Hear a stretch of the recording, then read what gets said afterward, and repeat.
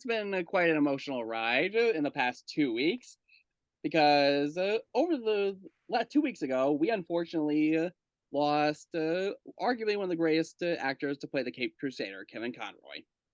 And so, in his memory, we decided to review quite possibly one of his most famous works today, Batman Mask of the Phantasm, which is based on the popular Batman the Animated Series.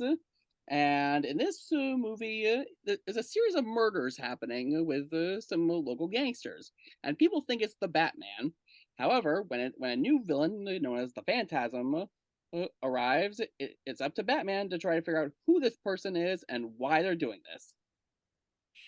Obviously, you can see we've got a bunch of people who came to commemorate Kevin Conroy. Patrick was supposed to be in this. His schedule didn't work for us. We'll try to get him in some other reviews in the future. Yep. So we apologize to Patrick deeply. But yeah. All right, so we have Alexa, we have TJ, and we have Drew with us. So and Jessup, almost the whole crew here. And Jessup, I know I'm back for a second review this November. I wanted to commemorate Kevin Conroy in some way, so I came back for a second review this month. The whole energy of this whole thing is like D&D in the basement right now. But okay. Pretty much, yeah. Honestly, yeah. So I guess we should probably briefly discuss our thoughts on Kevin Conroy as Batman in general, because he was, believe it or not, my introduction to Batman. One thing, if I may start off the discussion, is how well the storyboard and the script was for this film. One thing I noticed in the first half of the movie was it made you feel like you were actually in Gotham and you're just like a random civilian. I'm like, it's like, well, guys, it's not a vigilante that's committing the murders. It's like somebody that literally, even like the DEA at this point in universe probably wouldn't have enough tabs on. It's like, we do see the Phantasm just when you think you know who done it, you get like double crossed, and it's like, oh, the plot thickens. It's like, right. I have seen this. I mean, this probably wasn't my introduction, but I have seen Batman content so many times, and I've seen this movie several times. Hey, Jack, your camera. Sorry, we've been having some trouble with TJ's camera. Yeah, I'm coming. Okay. Sorry, keeps messing up. Okay. Anyways, as I was saying, I lost track of I lost my train of thought. Where was I? Okay. I've seen this movie many times. Yeah, I've seen this movie many times going into this review. And I also have to forget that the mystery here is legitimately good. I know it in and out at this point. I do remember this is probably one of the best Batman movies of all time, arguably. Yeah. The reason people don't remember it is because it was out in theaters at the same time Batman Forever was. Yeah, and considering this is more well praised than that movie, that's kind of saying something, Yeah. Yeah, I mean, it's an animated. It's like, hey, would you rather see something that's not as good, or would you rather see Mask of the Phantasm that I think years later, like, tell the grandkids about Mask of the Phantasm? It's like, it's that good, right? Right. Yeah, I can kind of preserve it since I literally, I was watching this off my personal copy of the DVD. It came with a bonus feature called Sub-Zero, which is about Mr. Freeze, but we're not reviewing that. Yeah. We're reviewing the right-hand Mask of the Phantasm. Right. So, TJ, Drew, do you have anything you want to add about this movie? The more I watch this film, the more I fall in love with it. It's just a beautiful masterpiece. I mean, I love the Batman animated series. It's one of my favorite cartoons of all time, and one of the main reasons being Kevin Conroy's Batman, as well as the story writing. I mean, the villains are well written and everything, and this movie is no different from a normal episode of the Batman the Animated Series. I mean, the Phantasm, Joker is perfect as always. I mean, every punchline, like, don't touch me. I don't know where you've been.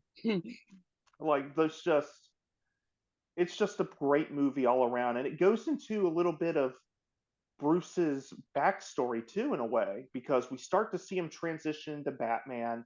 He falls in love with this woman, and then all of a sudden it's all taken away from him. And that's how he transitions into Batman completely. Because it's a recurring thing, actually. It's not just in this movie. Yeah. Exactly, You because can't have nice things, Bruce, because you are Batman. exactly, and that's what one of his points was. He goes to his parents' grave and he's like, I don't know if I want to do this. I want to have a life. I know I made a promise to protect the city and to get vengeance for your deaths, but surely you'll be okay if I'm just happy, right? And then he learns even outside of Batman, he can't be happy. So, That would be really damaging, like long term. He'd be like, I want to be out there, but I can't because it's like I'm Batman. right. Yeah. That's deep, TJ. But it's accurate. Very like, deep. So very well said. Drew, do you have any comments you wanted to add about this movie? This was my first time watching this movie. And it is a good movie, just not quite what I was expecting. I do give props to Kevin Conroy, and I agree he's an amazing Batman. But I'm just not a Batman. I was just never a Batman guy. Yeah, and this was, and I was gripped by this. It was just not what I was expecting, because the Batman I know is uh,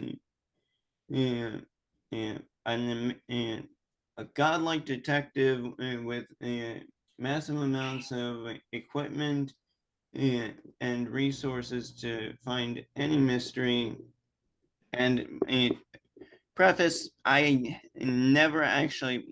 only watched one episode of the Batman animated series, and it was the Harley Quinn episode.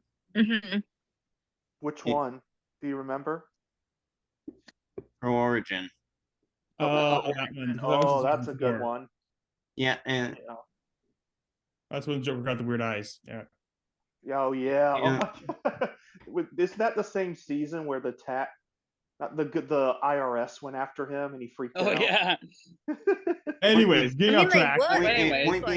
Point being, I'm also used to just the idea of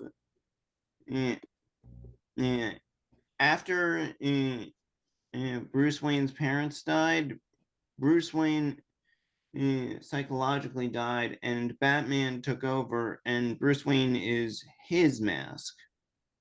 But Mask of the Phantasm. Analogy there. I like that. But Mask of the Phantasm is more of a Bruce Wayne movie than a Batman movie, because of the connection it's made as Bruce Wayne. This is a human Batman, not the. Is it fair to say Superman Batman? You know what I mean. I'm not saying I think I understand where you're coming from, Drew. Yeah. Constructing the psychology, I think. Anyways. So anyway, that's how we all. No, I was gonna say for our first therapy session, I say this went very well. It did. Yeah, this is just. I was kind of honestly. I will admit I was kind of scared we'd all be talking over each other during all this. Right.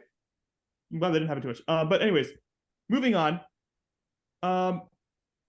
Let's talk about the man of the hour, the one, the only Kevin Conroy. He's easily one of the best Batmans ever, in my opinion. Absolutely agree. And especially for those watching this in like the future, just so you know, this is like a couple weeks after Kevin Conroy's passing, so this is kind of our way to commemorate his memory. Mm-hmm. Taps. Right. Kevin Conroy's portrayal is probably arguably one of the best Batman portrayals of all time. He has reprised it so many times over the years. He did this, but he also reprised it for like the Batman Arkham games. And then Batman Beyond. Batman Beyond. The Injustice game too. Justice League, yeah. Just it is iconic. Yeah, and it is so sad. And also that one time in the Arrowverse. Oh yeah. Oh yeah. He kind of reminds me of Patrick Stewart a little bit, actually, with his like how many good like decent roles he's portrayed. Yeah, right. I mean, I've heard. I mean, since then, I mean, Troy Baker's kind of covered the Kevin Conroy role. As He's good of been a voice Batman actor a lot more recently. Yeah, as good of a voice actor Sorry, go ahead, Jessup. So at least we have Troy Baker, who has been in a lot of stuff. I don't need to introduce him. Eh, He does a good Batman. He also does a good Joker. He can do both pretty well. Mm-hmm. Yeah. He can do a lot of voices. Troy Baker's a very impressive voice Troy actor. Baker's a talented voice actor. It's just a shame he's not a trustworthy human. Voice acting, I know, is like, I mean, I consider doing it as like a part-time or full-time thing, like obviously with contracts, like, you know, various roles.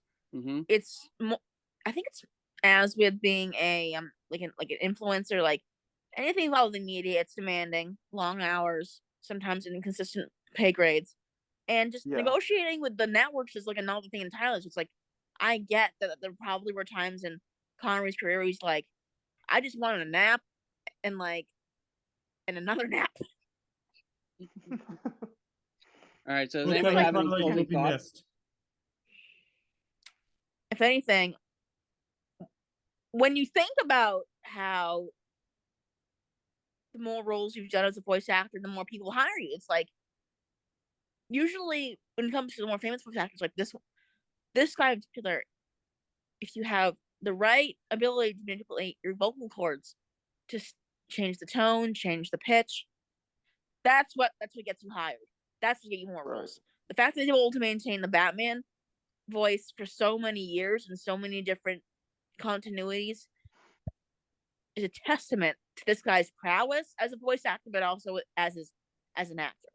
Mm-hmm. So, like, not all voice actors have this level of prowess, I would say. All right, so I think that just what covers what we think. It's a fantastic movie. I think it's getting more and more popularity with every viewing. More than Batman Forever. Oh yeah, it's it's 10 gosh. times better than Batman Forever. So It is we're so gonna weird do to think another that this movie did bomb. Yeah. Yeah. So we're gonna commemorate another memory, unfortunately, for another childhood icon, at least for TJ, Drew, and I, for Jason David Frank, the original Green Power Ranger. And I thought we could review Mighty Morphin Power Rangers the movie in his memory. Sweet. I never grew up with Power Rangers, so you guys have fun. All right. So that's just what's other for this. Have my condolences as well. Yes. And if you like this video, give it a thumbs up. If you're new, subscribe for more content. Do it for him, her, him, and him. And maybe me as well. All right. So we will see you next week.